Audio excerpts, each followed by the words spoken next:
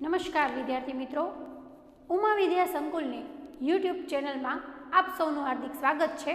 આજે આપણે ધોરણ 11 અર્થશાસ્ત્રમાં પ્રકરણ 7 ભારતીય અર્થતંત્ર વિશે વાત કરવાની છે। ભારતીય અર્થતંત્ર આપણે પ્રકરણ 1 થી 6 પૂરા કર્યા। અર્થશાસ્ત્રમાં પ્રકરણ 1 થી 6 પૂરા કર્યા, એમાંનું 5 પ્રકરણ સુધી આપણે પ્રથમ સત્રના કોર્સમાં છે। છઠ્ઠું ચેપ્ટર બજાર વિશે વાત કરી હતી। આજે 7મું ચેપ્ટર ભારતીય અર્થતંત્ર વિશે વાત કરવાની છે। 5 ચેપ્ટર પ્રથમ સત્રમાં હતા, છઠ્ઠું ચેપ્ટર છે બજાર, આજે 7મું ચેપ્ટર ભારતીય અર્થતંત્ર આપણે સમજવાનું છે। ભારતીય અર્થતંત્રમાં પ્રસ્તાવના છે। પહેલા તો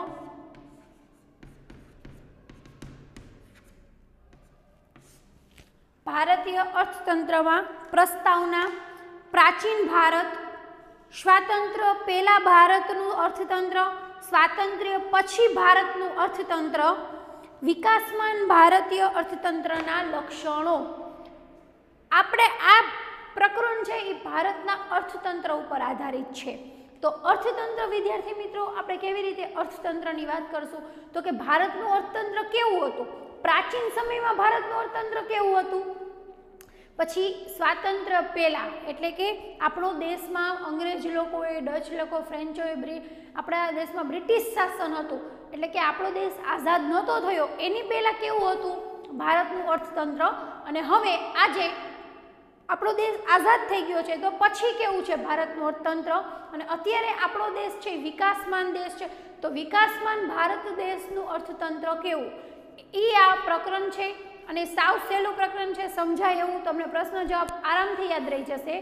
ભારતીય અર્થતંત્ર એમાં અત્યારે આપણે પ્રાચીન ભારત જે છે એની વિશે વાત નહીં કરીએ। પ્રાચીન ભારત આ વખતે કોર્સમાં નથી, એટલે એ મુદ્દો પ્રાચીન ભારતનો આપણે તમે કાઢી નાખજો। 7.1 પ્રાચીન ભારત જે મુદ્દો આપણે આ વખતે કોર્સમાં નથી। પ્રસ્તાવના, ભારત વિશ્વ સાંસ્કૃતિક ભવ્યતા ધરાવતો દેશ છે।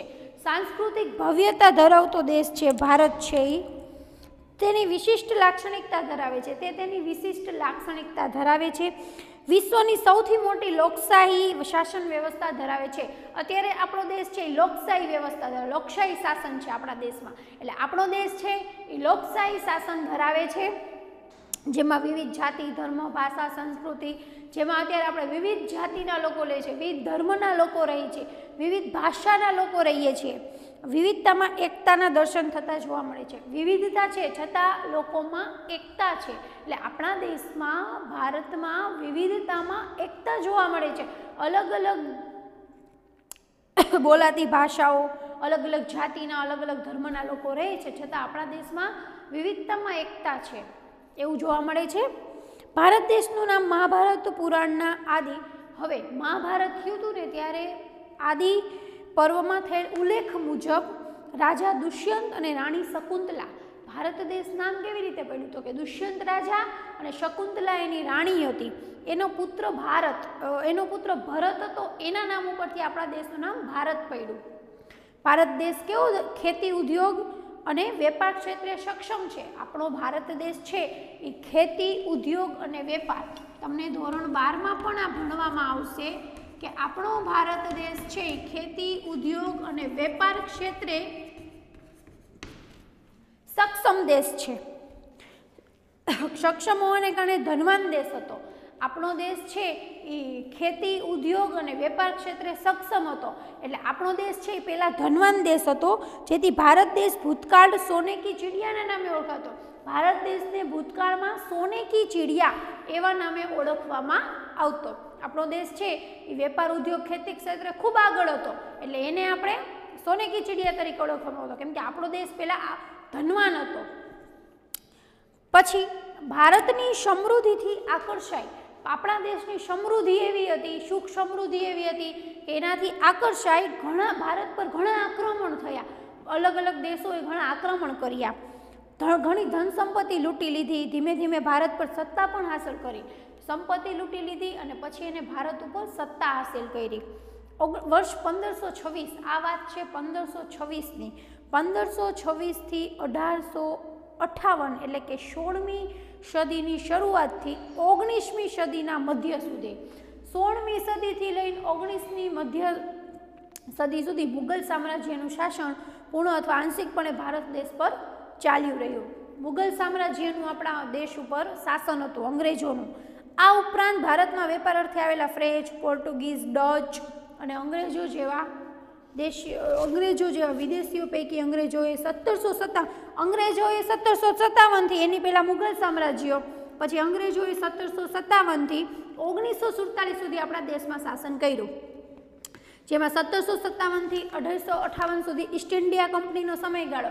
તમે 6, 7, 8માં ભણતા ત્યારે સમાજમાં ઈસ્ટ ઇન્ડિયા કંપનીની આપણે વાત કરી તો કે ઈસ્ટ ઇન્ડિયા કંપનીનો સમયગાળો 1858થી 1947 સુધી બ્રિટિશ શાસનના સમયગાળા તરીકે ઓળખાય છે. 1858થી 1947 છે એ બ્રિટિશ શાસનનો સમયગાળો છે. તમને એક વાક્યમાં પૂછાય તો તમે લખી શકો 1858થી 1947 સુધી બ્રિટિશ શાસનના સમયગાળા તરીકે ઓળખાય છે. આમ અંગ્રેજોએ ભારત દેશ પર 18મી સદીની મધ્યથી 20મી સદીના મધ્ય, 18મી સદીની મધ્ય હોય એ 20મી સદીના મધ્ય સુધી પોતાનું સામ્રાજ્યિક આંશિક અથવા પૂર્ણપણે ચલાવ્યું. અને અંતે 15મી ઓગસ્ટ 1947ના રોજથી ભારત દેશ સ્વતંત્ર થયો. અંતે આપણો દેશ 1947 સ્વતંત્ર થયો. આપણને સાલ આપી છે કે અંગ્રેજોએ મુગલ સામ્રાજ્યએ કેટલાથી કેટલા વર્ષો સુધી આપણા દેશમાં શાસન કર્યું, પછી અંગ્રેજ લોકોએ કેટલા વર્ષથી કેટલા વર્ષ સુધી આપણા દેશમાં શાસન કર્યું, એની આપણને સાલ આપી છે અને સમયગાળો આપ્યો છે અને સદી આપી છે કે આપણો દેશ 1947 પછી આઝાદ થયો. પછી છે પ્રાચીન ભારત. પ્રાચીન ભારત છે એ આપણે આ વખતે કોર્સમાં નથી, એટલે આપણે સ્વાતંત્ર્ય પહેલાંનું ભારતનું અર્થતંત્ર જોવાનું છે. સ્વાતંત્ર્ય પહેલાંનું ભારતનું અર્થતંત્ર, આપણો દેશ આઝાદ નહોતો થયો તે પહેલાં ભારતનું અર્થતંત્ર શું હતું, એટલે કે અંગ્રેજ લોકોએ આપણા દેશ ઉપર શાસન જમાવી લીધું હતું, પણ અંગ્રેજોએ તો આપણા દેશમાં શાસન જમાવ્યું અને પછી આપણા દેશનું અર્થતંત્ર કેવું હતું એની વાત કરી છે. સ્વાતંત્ર્ય પહેલાંનું ભારતનું અર્થતંત્ર. અંગ્રેજો ભારતમાં આવ્યા ત્યારે ભારતીય ખેતી, ઉદ્યોગ અને વેપાર જાહોજલાલી ભોગવતા હતા. અંગ્રેજો જ્યારે આપણા દેશમાં આવ્યા ને ત્યારે આપણા દેશમાં ખેતી, ઉદ્યોગ અને વેપાર જાહોજલાલી ભોગવતા હતા. ભારતનું નામ વિશ્વવિખ્યાત હતું, આપણા દેશનું નામ હતું. ભારતમાં સૂત્રો કાપડ, મલમલ કાપડ, તાંબા પિત્તળના વાસણ, ગરમ કપડાં, મરી મસાલા, તેજાના લોખંડના ઓજારો વગેરેની વિશ્વના બજારોમાં માંગ હતી. આખી દુનિયામાં આની માંગ હતી, આ બધી વસ્તુની, કપડાની, મરી મસાલાની, તેજા, લોખંડની. ભારતના ગ્રામ્ય વિસ્તારો સુખી અને સંપન્નતા સાથે સ્વાવલંબી હતા. ભારતના જે આપણા ગ્રામ્ય વિસ્તારો છે એ સુખી હતા અને સ્વાવલંબી હતા, પોતાના ઉપર નિર્ભર હતા. એ લોકો ગૃહ ઉદ્યોગ, નાના પાયાના ઉદ્યોગનો વ્યવસ્થિત વિકાસ થયો હતો. ગૃહ ઉદ્યોગનો, નાના પાયા પરના ઉદ્યોગો છે એનો પણ સરખો વિકાસ થયો હતો. ભારતમાં વેપારમાં નિકાસો પ્રાધાન્ય ધરાવતી હતી. આપણા દેશમાંથી બીજા દેશમાં આપણો માલસામાન ખૂબ જ જતો હતો, એને પ્રાધાન્ય, એને મહત્ત્વ આપવામાં આવતું હતું. આમ ભારતનો એક એવો સુવર્ણકાળ હતો જેના કારણે વિદેશી પ્રજાનું પ્રતિ આકર્ષણ વધ્યું. ભારત પ્રતિ આપણો એવો સુવર્ણકાળ હતો, આપણો એવો સારો સમય હતો કે વિદેશી લોકો હતા એને આપણા દેશ ઉપર આકર્ષણ થયા, આકર્ષણ વધ્યું એને આપણા દેશ પ્રત્યેનું. અને પ્રથમવાર વેપાર અર્થે તેઓનું ભારતમાં આગમન થયું. પહેલી વાર વેપાર માટે તેઓ આપણા દેશમાં આવ્યા. કેવી રીતે, ટૂંકમાં કહેવાનો મતલબ એમ છે કે કેવી રીતે અંગ્રેજ લોકોએ આપણા દેશમાં આવીને શાસન કર્યું. પહેલાં તો એ વેપાર કરવા માટે આવ્યા. ભારતમાં આવેલ વિદેશી પ્રજામાં કોણ હતું તો કે ફ્રેન્ચ લોકો હતા, ડચ લોકો હતા, પોર્ટુગીઝ અને અંગ્રેજો વગેરે હતા. અંગ્રેજો હતા, પોર્ટુગીઝ, ડચ અને ફ્રેન્ચ લોકો હતા. શરૂઆતમાં તો તેઓ માત્ર વેપાર પર જ ધ્યાન કેન્દ્રિત કરતા હતા. શરૂઆતમાં તો એને શું કર્યું, વેપાર ઉપર જ ધ્યાન કેન્દ્રિત કરતા હતા. એ વેપાર કરવા માટે આવ્યા હતા, એવી રીતે આપણા દેશમાં વેપાર કરવાનું શરૂ કર્યું. પરંતુ સમય જતાં વિદેશી પ્રજાઓ વચ્ચે ઘર્ષણ વધ્યું, સમય જતાં વિદેશી પ્રજાઓ વચ્ચે ટકરામણ થઈ. તેના કારણે પોતાની તાકાતનું પ્રદર્શન કરવા સૈન્યનો ઉપયોગ થવા લાગ્યો. પછી એને પોતાની તાકાત દેખાડવા, તાકાતનો ઉપયોગ કરવા એને સૈન્યનો, સેનાનો ઉપયોગ કર્યો. એટલે એવા ઘણા લોકો પછી એને પોતાની તાકાત વધારવા ઊભા કર્યા.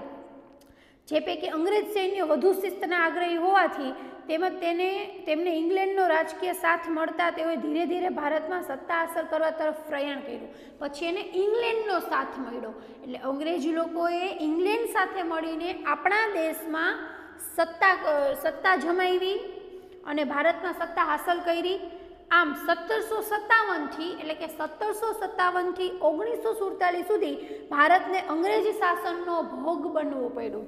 પછી આપણા દેશને શું થયું? 1757થી લઈને 1947 સુધી 1757થી 1947 સુધી અંગ્રેજ શાસનનો ભોગ બનવું પડ્યું. બ્રિટિશ શાસન દરમિયાન ભારતને ઓછા પ્રમાણમાં સારા પરિણામો, વધુ પ્રમાણમાં ખરાબ પરિણામોનો સામનો કરવો પડ્યો. ઓછા પ્રમાણમાં સારા પરિણામો અને વધુ પડતા ખરાબ પરિણામોનો સામનો કરવો પડ્યો ભારતને. હવે એના પછી છે રેલવે. હવે આપણને ભારતનું અર્થતંત્રમાં આપણને રેલવેની વાત કરી છે. સ્વાતંત્ર્ય પહેલાં કે આપણો દેશમાં જ્યારે અંગ્રેજોનું શાસન હતું ત્યારે ભારતનું અર્થતંત્ર શું હતું? તો એમાં રેલવેની વાત કરીએ આપણે. બ્રિટિશ શાસન દરમિયાન ભારતને મળેલ રેલવે લાભ આપનારી વ્યવસ્થા બની. ભારતને મળેલ રેલવે લાભ આપનારી એટલે કે રેલવે છે એ આપણને પાછી લાભ આપનારી વ્યવસ્થા બની. રેલવેમાં મુસાફરી કરી શકીએ આપણે, તો રેલવે છે એક લાભ આપનારી બની. ભારતના વાહન વ્યવહારને ઝડપી અને સુદૃઢ બનાવવામાં રેલવેએ ખૂબ સુંદર ભાગ ભજવ્યો. તો આપણું અર્થતંત્ર જ્યારે અંગ્રેજોના શાસનમાં હતું ત્યારે રેલવેએ સારો એવો ભાગ ભજવ્યો. રેલવેની શરૂઆત 16મી એપ્રિલ 1853માં તો ત્યારે અંગ્રેજોનું શાસન હતું. 16મી એપ્રિલ 1853ના રોજ રેલવેની શરૂઆત થઈ. બોરીબંદર આજનું મુંબઈ CSTથી થાણેના પ્રથમ રૂટ દ્વારા 1947 સુધીમાં 53,000 કિમી લંબાઈ ધરાવતી હતી અને 68 લાખ પ્રવાસીઓને લાભ આપનારી ખાનગી સંસ્થા હતી. રેલવે છે એ 68 લાખ લોકોને, પ્રવાસીઓને લાભ આપનારી સંસ્થા હતી. તો એનું જ્યારે અંગ્રેજો હતા ત્યારે જ રેલવેની શરૂઆત થઈ. મુંબઈથી થાણે. માર્ગ પરિવહન, રસ્તા. અંગ્રેજોના શાસન દરમિયાન 1855માં તમારે વિદ્યાર્થી મિત્રો આ પ્રકરણમાં માની લો કે સ્વાતંત્ર્ય પહેલાંનું ભારત, તો રેલવેની શરૂઆત, તો એની તમે સાલ કઈ આપી છે? 16મી એપ્રિલ 1853. માર્ગ પરિવહન એની સાલ શું છે? 1855. આવી રીતની સાલ તમારે જે પોઈન્ટ હોય, મુદ્દો હોય, તમને લાગે કે આ મહત્વનો છે તો એની સાલ તમારે યાદ રાખવાની રહેશે. એ વર્ષ અંગ્રેજો શાસન દરમિયાન 1855માં જાહેર બાંધકામ ખાતા PWDની રચના કરવામાં આવી. ભારતમાં રોડ રસ્તા બાંધકામની જવાબદારી બ્રિટિશ શાસને ઉપાડી. 19મી સદીના અંત સુધીમાં કુલ 2,78,420 કિમી રસ્તા હતા. તે વધીને 1943 સુધીમાં 19મી સદીમાં આટલા હતા. એ વધીને કેટલા થયા? 4,47,105 કિમી થઈ હતી. જે પૈકી 32% પાકા રસ્તા અને 68% કાચા રસ્તા હતા. પછી 32% પાકા હતા અને 68% કાચા રસ્તા હતા. બેંકો. વર્ષ 1770માં ખાનગી ક્ષેત્રમાં બેંકની શરૂઆત થઈ. જે 1946 સુધીમાં 700થી વધુ સંખ્યામાં વિકસી. 46 સુધીમાં તો બેંક 700 ખાનગી બેંક રહી એ કેટલી વધી ગઈ? 700 સુધી વધી ગઈ. 1935માં ભારતીય રિઝર્વ બેંક ઓફ ઇન્ડિયાની રચના થઈ, જે નોંધનીય બાબત હતી. 1935માં પછી રિઝર્વ બેંક ઓફ ઇન્ડિયાની રચના થઈ, જે નોંધનીય હતી. આપણો દેશ 1947માં આઝાદ થયો, પણ 1935માં રિઝર્વ બેંક ઓફ ઇન્ડિયાની શરૂઆત થઈ, જે નોંધનીય હતી. રિઝર્વ બેંક ઓફ ઇન્ડિયા એટલે શું? વિદ્યાર્થી મિત્રો તમને ખબર છે, મધ્યસ્થ બેંક છે, જે તમને 12મામાં આવશે. આપણે આખો બેંકનું ચેપ્ટર ત્યારે તમને સમજવામાં આવશે. 1935માં ભારતીય રિઝર્વ બેંક ઓફ ઇન્ડિયાની સ્થાપના થઈ અને તે નોંધનીય બાબત હતી. સામાજિક માળખું. અંગ્રેજ શાસન દરમિયાન થયેલ અન્ય ગણનાપાત્ર કાર્યોમાં બાળકીને દૂધ પીતી કરવાનો રિવાજ નાબૂદ કરવામાં. સામાજિક માળખું કેવું હતું? પહેલાં બાળકીને દૂધ પીતી કરવાનો રિવાજ હતો આપણામાં, કે બાળક જન્મે, બાળકી જમે, દીકરી આવે એટલે દીકરીને મારી નાખવાની, આવો રિવાજ હતો, જે અંગ્રેજો આવ્યા પછી રિવાજ નાબૂદ થયો. પિંડારાનો નાશ કરવામાં, સતી પ્રથાનો રિવાજ રોકવામાં ભારતીયોને આપેલ સાથ સહકાર ગણનાપાત્ર ગણવામાં આવે છે. ભારતીયોને આપેલ સાથ સહકાર ગણનાપાત્ર છે અંગ્રેજોનો. શું કામ? કે સતી પ્રથાનો, પોતાનો પતિ મરી જાય તો પતિ પત્નીએ બીજા લગ્ન કરવાના નહીં, સતી પ્રથાનો રિવાજ, તો આવો રિવાજ પણ નાબૂદ કરવામાં આવ્યો. એને એકલી જીવન વિતાવવું પડે, એકલી જિંદગી કાઢવી પડે, તેવો સતી પ્રથાનો રિવાજ પણ રોકવામાં આવ્યો. ખેતી. અંગ્રેજ શાસન દરમિયાન ભારતીય ખેડૂતો પાસેથી ઊંચા દરે લેવાતું જમીન મહેસૂલ, જમીનદારોની પ્રથાને પ્રોત્સાહન, ખેડૂતને સુરક્ષા, સલામતી ન આપવી વગેરે દ્વારા ખેડૂતોનું ભારે શોષણ થયું. અંગ્રેજોએ ખેડૂતોનું ભારે શોષણ કર્યું કે એને હક જે મળતા હોય એ ન મળે, જમીન મહેસૂલ, જમીનદારોની પ્રથાને પ્રોત્સાહન, જેથી ભારતીય ખેડૂતો ગરીબ બન્યા. પછી ભારતીય ખેડૂતો છે ગરીબ બન્યા ને કેટલાક ખેત મજૂર બની ગયા. આ ઉપરાંત ખેતીનો પોતાના સ્વાર્થ માટે ઉપયોગ શરૂ કરાવ્યો, જેના લીધે ખેડૂતોને ખૂબ નુકસાન થયું. ખેતીનો ઉપયોગ કરાવ્યો પણ એ પોતાના સ્વાર્થ માટે ખેતીનો ઉપયોગ કરાવ્યો, જેનાથી ખેડૂતોને નુકસાન થયું. અંતે બ્રિટિશ શાસનને કારણે ખેડૂત અને બ્રિટિશ શાસનના કારણે આ લોકોનું શાસન હતું એટલે ખેડૂતો પાયમાલ થયા. ઉપરાંત બ્રિટનની ઔદ્યોગિક ક્રાંતિ બાદ કાપડ ઉદ્યોગમાં ગળીની જરૂરિયાતમાં વધારો થયો અને બ્રિટિશ સરકારે ગળીનું ઉત્પાદન, નિકાસ વધે તેવા પ્રયત્નો કર્યા, પરંતુ ગળીનું ઉત્પાદન કરનારા ખેડૂતોને વાવેતર માટે ધિરાણ અપાતું ન હતું. હવે ગળીનું ઉત્પાદન ખેડૂતો જ કરે તો એને પાછું વ્યાજ, પૈસા અપાતા ન હતા, લોન અપાતી નહોતી. જો પાક નિષ્ફળ જાય તો ધિરાણ ભરપાઈ ન કરી શકવાથી ખેડૂતો દેવાદાર બની ગયા. પાક નિષ્ફળ જાય તો ખેડૂતો પાછા દેવાદાર બને અને આમ ખેડૂતોના હાલ બેહાલ થયા. મહેસૂલનો દર. ઈસ્ટ ઇન્ડિયા કંપનીએ વિભિન્ન રાજાઓ પાસેથી મહેસૂલ ઉઘરાવવાની સત્તા મેળવીને ભારતના જમીન માલિકો પાસેથી ઊંચા દરે મહેસૂલ ઉઘરાવવાનો પરિણામ. મહેસૂલનો દર આપણે રેલવે જોયું, માર્ગ પરિવહન, બેંકો, સામાજિક માળખું, ખેતી. હવે મહેસૂલનો દર. મહેસૂલનો દર એટલે ઈસ્ટ ઇન્ડિયા કંપનીએ વિભિન્ન રાજાઓ પાસેથી મહેસૂલ ઉઘરાવવાની સત્તા મેળવીને ભારતના જમીન માલિકો પાસેથી ઊંચા દરે મહેસૂલ ઉઘરાવવાનો પરવાનો મેળવ્યો. ઈસ્ટ ઇન્ડિયા કંપનીએ શું કર્યું? અલગ અલગ રાજા પાસેથી મહેસૂલ ઉઘરાવવાની સત્તા મેળવી, અલગ અલગ રાજા પાસેથી એને પોતે લઈ લીધી મહેસૂલ ઉઘરાવવાની સત્તા, અને પોતે પૈસા ઉઘરાવવાની સત્તા લીધી એટલે ભારતના જમીન માલિકો પાસેથી, જમીન માલિકો જે ભારતની જમીન જે માલિકની હોય એ માલિક પાસેથી એને વધારે દર લીધો, ઊંચો દર લીધો, મહેસૂલ દર જે જમીનદારો પાસે હતો. બ્રિટિશ સરકાર દ્વારા ખેડૂતની ખેતીની આવકના અડધો ભાગ જેટલા ઊંચા દરે મહેસૂલ ઉઘરાવવાની નીતિ ઘડવામાં આવી. આ ઉપરાંત મહેસૂલ ઉઘરાવવામાં બ્રિટિશ સરકાર જુલ્મી હતી. તે ખેડૂતોને દંડ કરતી. ખેડૂતોને શું કરતી? દંડ કરતી. મિલકત જપ્ત કરતી. ખેડૂતોને દંડ કરે, ખેડૂતોની મિલકત જપ્ત કરી લે અથવા ખેડાણ હેતુથી આપેલ જમીન પાછી લે. ખેડવાના હેતુથી જે જમીન આપી હોય એ જમીનની પાછી લઈ લે, એની મિલકત જપ્ત કરી લે, પછી ખેડૂતોને દંડ કરે, આવા જુલમ કરતા. આમ આવા મનસ્વી નિર્ણયોથી ભારતે ખેતીને પરવાર નુકસાન થયું. આવા ખરાબ નિર્ણયોથી ભારતને નુકસાન થયું. ખેડૂતોને હેરાન કરતા, એની પાસેથી જમીન હક છે મહેસૂલનો દર વધારે લેતા, પછી મિલકત જપ્ત કરતા, એને દંડ કરતા, આવું બધું કરે એટલે ખેડૂતો બેહાલ બન્યા અને ખેતીને નુકસાન થયું. અંતે ખેતીને નુકસાન થાય એટલે ભારતને નુકસાન થાય, કારણ કે આપણો દેશ કૃષિ પ્રધાન દેશ છે. હવે આવ્યું કરવેરાના ઊંચા દર. કરવેરાના ઊંચા દરો. બ્રિટિશ શાસન દરમિયાન કરવેરાની આવક અંગે દાદાભાઈ નવરોજીની ગણતરી મુજબ 1876માં ઊંચી આવકવાળા બ્રિટનમાં કરવેરા દ્વારા રાષ્ટ્રીય આવકના 8% જેટલો હિસ્સો આપતા હતા. ઊંચી આવક ધરાવતા હોય 8% જેટલો હિસ્સો તો કરવેરા એનો વેરો ભરતા, જ્યારે બ્રિટિશ સરકાર ભારતમાં નીચી આવકવાળા પાસેથી 15% જેટલો, ઊંચી આવકવાળા હોય એની પાસેથી 8% અને નીચી આવકવાળા હોય એની પાસેથી ભારતના લોકોના 15% વેરો કરવેરા રૂપે ઉઘરાવતી હતી. દાખલા તરીકે મીઠા પરનો કરવેરો. હવે બ્રિટનના કરવેરામાં દ્વારા બ્રિટનમાં કરવેરા દ્વારા રાષ્ટ્રીય આવકના 8% જેટલો હિસ્સો આપતા હતા. એટલે બ્રિટનવાળા 8% જેટલો હિસ્સો આપે. આપણા ભારતના દેશો, ભારતમાં લોકો 15% જેટલો કરવેરો ભરતા હતા. દાખલા તરીકે મીઠા પરનો કરવેરો, ભારતમાં મીઠું દરિયાકાંઠે અને રણ પ્રદેશમાં સરળતાથી મળતું હતું. ભારતમાં મીઠું ક્યાં મળે તો કે દરિયાકાંઠે અને રણ પ્રદેશમાં સરળતાથી મળતું હતું. તેમ છતાં બ્રિટિશ સરકાર ઇંગ્લેન્ડથી આવે અને જહાજો દ્વારા મીઠું ભારત લાવતી હતી.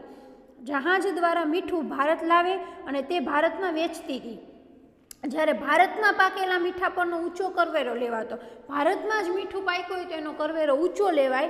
એક તરફ બ્રિટિશ શાસનને કરવેરાની આવક થાય અને બીજી તરફ ભારતે મીઠું મોંઘું હોવાથી તે ઓછું વેચાય. ભારતનું મીઠું ઓછું વેચાય કેમ કે કરવેરા ઊંચા લે એટલે ભારતમાં મીઠું મોંઘું બને તો બ્રિટનને તેનો લાભ થાય. આથી જ ગાંધીજીએ દાંડીકૂચ કરીને સવિનય મીઠાનો સત્યાગ્રહ કર્યો હતો. મીઠા ઉપર શું કામ ગાંધીજીએ સત્યાગ્રહ કર્યો હતો કે દાંડીકૂચ કરીને ચાલીને ગયા હતા. દાંડીકૂચ કરીને સવિનય મીઠાનો સત્યાગ્રહ કર્યો હતો. જે આપણે નાના હતા ત્યારે આપણે જોયું છે, સમાજમાં સાંભળ્યું છે કે મીઠાનો સત્યાગ્રહ દાંડીકૂચ કરીને કર્યો હતો ગાંધીજીએ. એટલે આ લોકો શું કરતા કે આપણા દેશમાં મીઠું મોંઘું બને અને કરવેરા પાછા ઊંચા દરે લે. આવું આપણે કરવેરાના ઊંચા દરોમાં બ્રિટિશ સરકારમાં આપણે કરવેરાના ઊંચા દરમાં આપણે દાખલા તરીકે મીઠું અને મીઠાની વાત કરીને આપણા પોઈન્ટ લખવાનો રહેશે.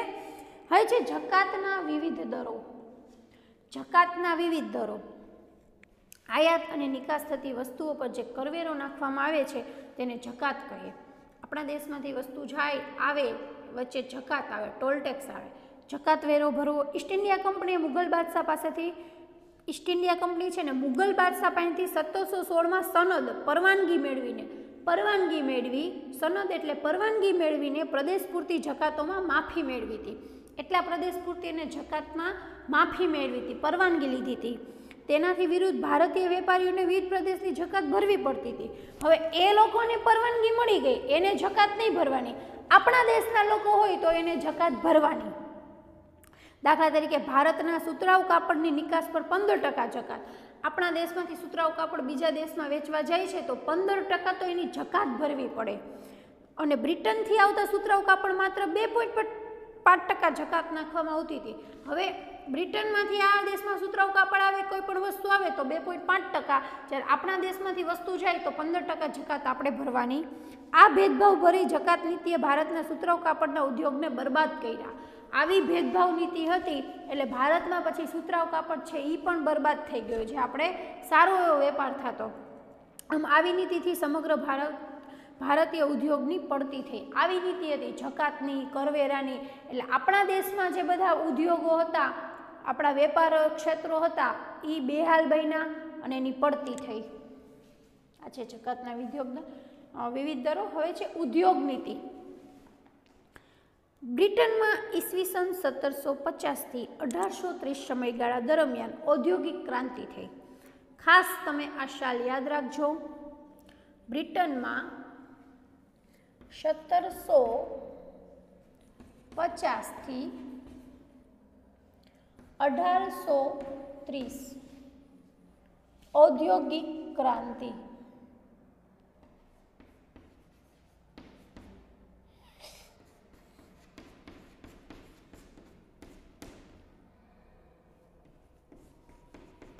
ઔદ્યોગિક ક્રાંતિ 1750થી 1830 દરમિયાન ઔદ્યોગિક ક્રાંતિ થઈ.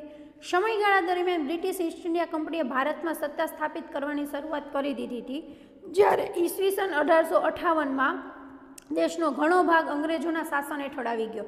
1858માં તો દેશનો ઘણો ભાગ હતો જે આપણે અંગ્રેજોના શાસન નીચે આવી ગયો હતો. જેથી બ્રિટિશ શાસન હેઠળના ભારતીય વિસ્તારોમાં બ્રિટિશ સરકારે બ્રિટનની ઉત્પાદિત વસ્તુઓ વધુને વધુ વેચાય તેવી નીતિ અપનાવી. પછી બ્રિટિશ સરકારે શું કર્યું કે બ્રિટનની જ વસ્તુઓ વધારે ભારતમાં વેચાય, કેમ કે અમુક બધા વિસ્તારો બ્રિટિશ શાસન હેઠળ આવી ગયા હતા. બ્રિટિશ સરકારે બ્રિટનની ઉત્પાદિત વસ્તુઓ વધુને વધુ વેચાય એવી નીતિ અપનાવી હતી. આપણો દેશ 1858માં તો અંગ્રેજોના શાસન હેઠળ ઘણા બધા રાજ્યો આવી ગયા હતા. એટલે પછી અંગ્રેજોએ પોતાની વસ્તુ વધારે વેચાય એવા જ પ્રયત્ન કર્યા, જેથી ભારતીય ઉદ્યોગ સાહસિકો નિરુત્સાહી બન્યા. આપણા દેશમાં જે ઉદ્યોગ કરતા હોય મોટા મોટા એ નિરુત્સાહી બન્યા અને વિકાસના માર્ગે આગળ વધવાને બદલે પડતી થઈ, જેથી ભારતીય ઉદ્યોગો પડી ભાંગ્યા. એટલે જે ભારતના જે ઉદ્યોગો છે એ પડી ભાંગ્યા. તેના કારણે શ્રમિકોની બેકારી વધી ગઈ. તેના કારણે શું થયું, શ્રમિકો જે કામ કરવા માગતા હતા, શ્રમિકો હતા, એની બેકારી વધી, તેમને ફરી ખેતી તરફ વાળવામાં કારણભૂત બની. પછી જે લોકો શ્રમિકો હતા એ વળી પાછા બિચારાને કંઈ ઉદ્યોગ ન થાય, વેપાર ન થાય, એટલે એ પાછા ખેતી તરફ વળ્યા, જેથી શ્રમિકોનું ખેતી ઉપર ભારણ વધ્યું. પછી શું થયું કે એ વેપાર ન કરી શકે ખેતી ઉપર, તો પછી કેટલાક લોકોનું ગુજરાન ચાલે, એટલે ખેતી ઉપર પાછું ભારણ વધ્યું. આ છે ઉદ્યોગ નીતિ. ઉદ્યોગ નીતિમાં સ્વતંત્ર પહેલાં કેવું થયું એની વાત કરી. હવે આર્થિક શોષણ કેવી રીતે થતું આપણું.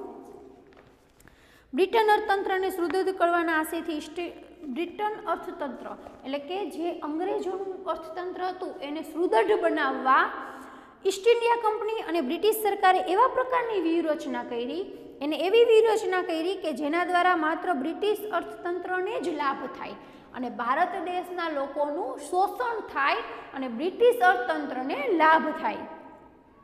તેઓએ ખાસ કરીને એવી વેપાર નીતિ અપનાવી જેના દ્વારા ભારતીય સાધનોનો મહત્તમ ઉપયોગ કરી બ્રિટનના ઉદ્યોગનો વિકાસ થાય. સાધન ભારતના અને ઉદ્યોગનો વિકાસ બ્રિટનનો. આ ઉપરાંત તેમની ખેત નીતિ અને ઔદ્યોગિક નીતિઓ પણ બ્રિટનમાં વિકાસને પ્રોત્સાહનરૂપ બની. એની ખેત નીતિ અને ઔદ્યોગિક નીતિ પણ એને પ્રોત્સાહન બને, કેમ કે આપણે ખેતીનો વેરો મહેસૂલ ઉઘરાવે એટલે આપણે બેહાલ બનીએ. ઉદ્યોગમાં બધા ઉદ્યોગકારો છે નિરુત્સાહી બન્યા, એટલે એના કારણે એને પ્રોત્સાહન મળે. જેમ કે ભારતના ભોગે બ્રિટિશ ઉદ્યોગને જરૂરી કાચો માલ મળી રહે એ હેતુથી ભારતીય ખેતીનું વેપારીકરણ કરવામાં આવ્યું. આથી બ્રિટિશ અર્થતંત્રને અનુકૂળ વસ્તુઓને સેવા મળી રહે. એટલે એને શું થાય, બ્રિટિશ અર્થતંત્રને અર્થી વસ્તુઓને સેવા મળી રહે. કેમ કે આપણા દેશના લોકો છે એ ઉદ્યોગને વેપાર બંધ કરીને ખેતી તરફ પ્રયાણ કરે, એટલે એના લોકોનું શાસન વધી જાય અને એ લોકો પાછા એ વસ્તુ વેચે ઊંચા દરે, એટલે એનું શાસન ચાલ્યું રહે અને એને પૈસા એટલા મળે. જ્યારે આપણા લોકો ભારતના છે બેહાલ બને, ગરીબ બને, એની પડતી થાય. આવી રીતે શોષણ કરવામાં આવતું. હવે છે હસ્તકલા કારીગરનું શોષણ. હસ્તકલા કારીગરનું શોષણ એટલે કે જે લોકો પોતે બનાવીને વસ્તુઓ વેચે છે એનું શોષણ. વિવિધ હસ્તકલા અને વસ્તુના વેચાણ દ્વારા ઈસ્ટ ઇન્ડિયા કંપની ભારે આવક ઊભી કરવા ઈચ્છતી હતી, જેથી તેણે આંતરિક વેપારમાં ઇજારાનો લાભ લઈ હસ્તકલાના કારીગરો પાસેથી બજાર કિંમત કરતાં 15 થી 40% ઓછી કિંમતે વસ્તુ ખરીદી લેતા. જે લોકો આપણા ભારત દેશના લોકો છે એ વસ્તુઓ બનાવે છે તો એની પાસેથી 15 થી 40% સુધી ભાવ ઓછો આપતા અને વસ્તુ લઈ લેતા. અને કારીગરો પોતાની વસ્તુ નીચા ભાવે આપવા આનાકાની કરતા તો તેઓ પર અંગ્રેજો દ્વારા શારીરિક જુલમ કરવામાં આવતો. ત્યારે એવું કરવામાં આવતું કે જો કારીગર છે એ પોતે ઓછા ભાવે વસ્તુ ન આપતા તો એની ઉપર જુલમ કરતા, શારીરિક જુલમ કરતા, એને મારતા, મારી નાખતા, એવું કરતા. એટલે ઓલા લોકોએ પરાણે એને નીચા ભાવમાં વસ્તુ આપવી પડે. હવે છે મૂડીરોકાણ પ્રવાહ.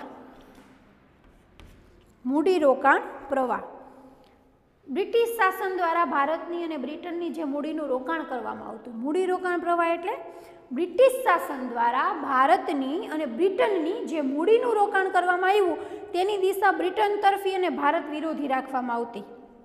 એટલે કે મૂડીરોકાણથી ભારત પર અંગ્રેજોનું સામ્રાજ્ય કાયમ રહે અને બ્રિટિશ અર્થતંત્રને તેનો સઘળો લાભ મળે તેવું પ્રયોજન કરવામાં આવતું.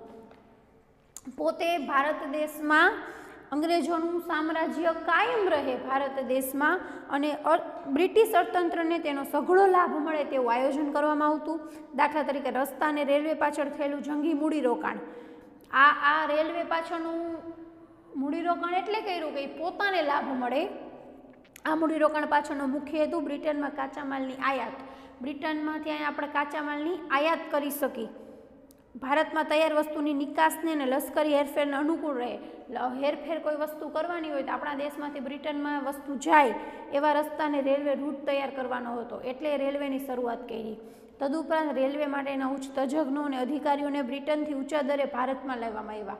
ઊંચા તજજ્ઞોને બ્રિટનમાંથી ભારતમાં લાવવામાં આવ્યા. બ્રિટિશ શાસન દ્વારા શિક્ષણ પાછળ મૂડીરોકાણ કરી બ્રિટિશ સરકારને અનુકૂળ એવા કારકુનો મળી રહે. એટલે કે શિક્ષણ શું કામ એને બ્રિટનનું કહ્યું કે અનુકૂળ એવા શાસને અનુકૂળ એને કારકુનો મળી રહે એટલા માટે થઈને એને શિક્ષણ પાછળ ખર્ચ કર્યો. એને શિક્ષણ પાછળ મૂડીરોકાણ કર્યું. આ તમામ મૂડીરોકાણ ખર્ચને ઊંચા વ્યાજ દરે બ્રિટનમાંથી મૂડી લાવી ગોઠવવામાં આવ્યો. તેઓ સમગ્ર બોજો ભારતના માથે જ લાદવામાં આવ્યો. આ સમગ્ર બોજો છે એને ભારતના માથે જ લાદવામાં આવ્યો. એટલે મૂડીરોકાણ પ્રવાહ કે એને શિક્ષણમાં રોકાણ કર્યું, રેલવેમાં રોકાણ કર્યું. તો શું કામ કર્યું, કયા લાભ માટે કર્યું એ મૂડીરોકાણ. હવે છે વિવિધ ભરણાનો બોજો.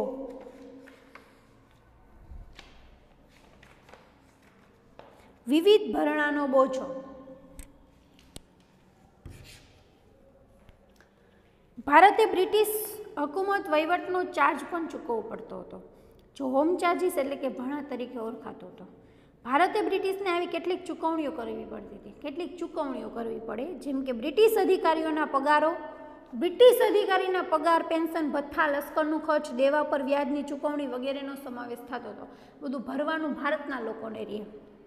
જેના આધારે બનતું હતું બજેટ બ્રિટનમાં રજૂ થતું.